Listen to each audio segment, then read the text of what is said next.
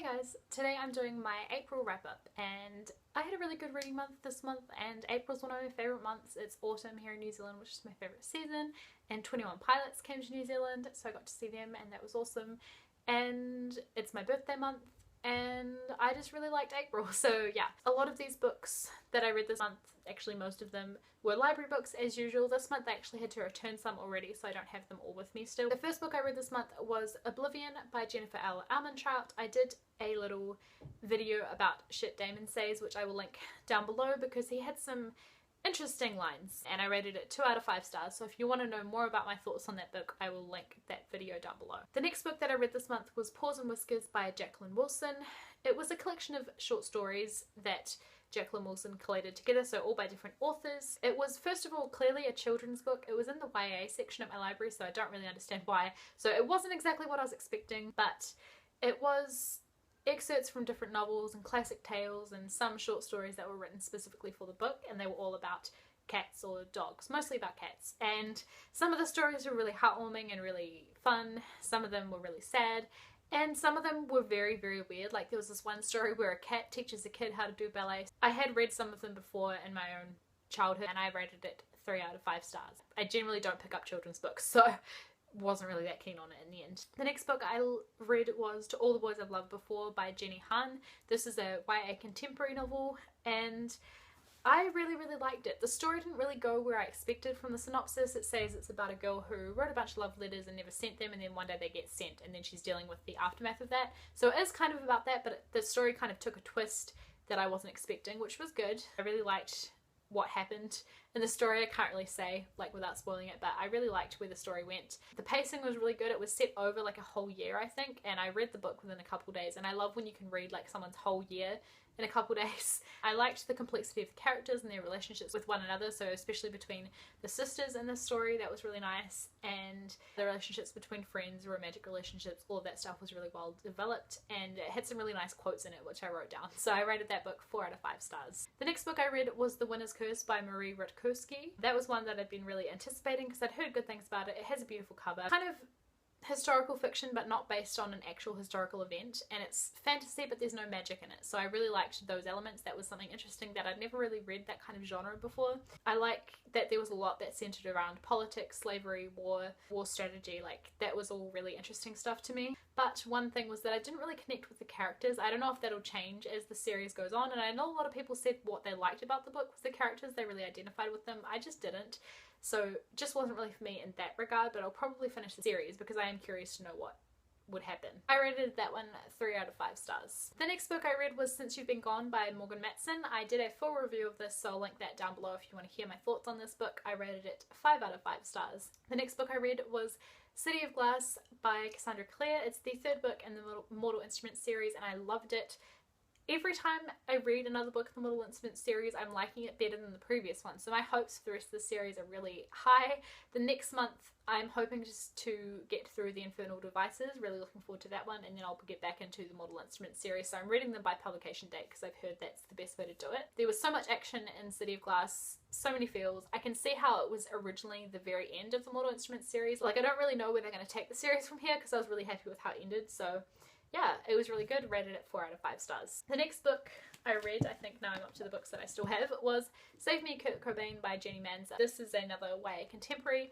Really wasn't what I was expecting. I picked it up purely because it had Kurt Cobain in the title, and unfortunately I didn't really like it. I gave it 1 star, and I have a full review of this one down below as well if you want to check that out. The next book I read was A Tyranny of Petticoats, edited by Jessica Spotswood. This is another short story collection. My favourite story in it was Pearls by Beth Reivers. I also love the stories by Marissa Meyer, Y.S. Lee and Lindsay Smith.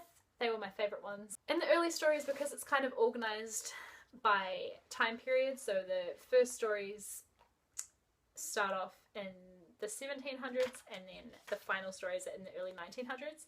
So the stories set in the 1700s and the early 1800s had a lot of magical realism, which really isn't my thing, so didn't enjoy those ones so much, but that's just me. The stories set in the late 1800s were my favourites. I really like that time period, I think just because I read The Little House on the Prairie series when I was a kid and I really love that time period, so they were really interesting for me. I like that there was a lot of American history in here. Obviously it's set in different time periods throughout American history, so that was really great, and there were a lot of references to actual events that happened and actual people that existed, and the author's notes at the end of each story were really helpful in describing why they wrote it, what inspired them, that kind of thing. So it was really a really good book. I rated it again 3 out of 5 stars, but just because some of the stories I like more than others, it's always hard to rate short story collections. The next book I read was Dianetics by L. Ron Hubbard. I have a video review of this which I will link as well, so it's a book basically about Scientology. So yeah, I'll link that below if you want to know more about that one. I also read I Call Myself a Feminist, which is a view from 25 women under 30 about why they're feminists. It varied between, you know, piece to piece. Each person had a sort of different thing to add. It's a very good introduction to feminism. This is the first book that I've ever read about feminism, so it was interesting to me. I learned a lot about different aspects of feminism that I wasn't familiar with, like feminism and, well, misogyny within the corporate world, internalized misogyny, how feminism is relevant to everyone, and also how women are treated overseas that I wasn't aware of, and things that seem to be universal as well. I really liked this book. I rated it 4 out of 5 stars. It was really interesting. The next book I read was Summer Lost by Ali Condé. I picked this up because Ali Condé wrote the Match trilogy and I really enjoyed that one. This is a middle grade contemporary, I guess. Middle grade isn't something I usually pick up, but I really liked this one. It was very sweet, very heartwarming. It was heartbreaking in moments as well, but I really liked how well developed the characters were, and it dealt with issues like grief quite well. There's also a bit about autism, if that's a topic you're interested in, so this was a cute read. I rated it 4 out of 5 stars.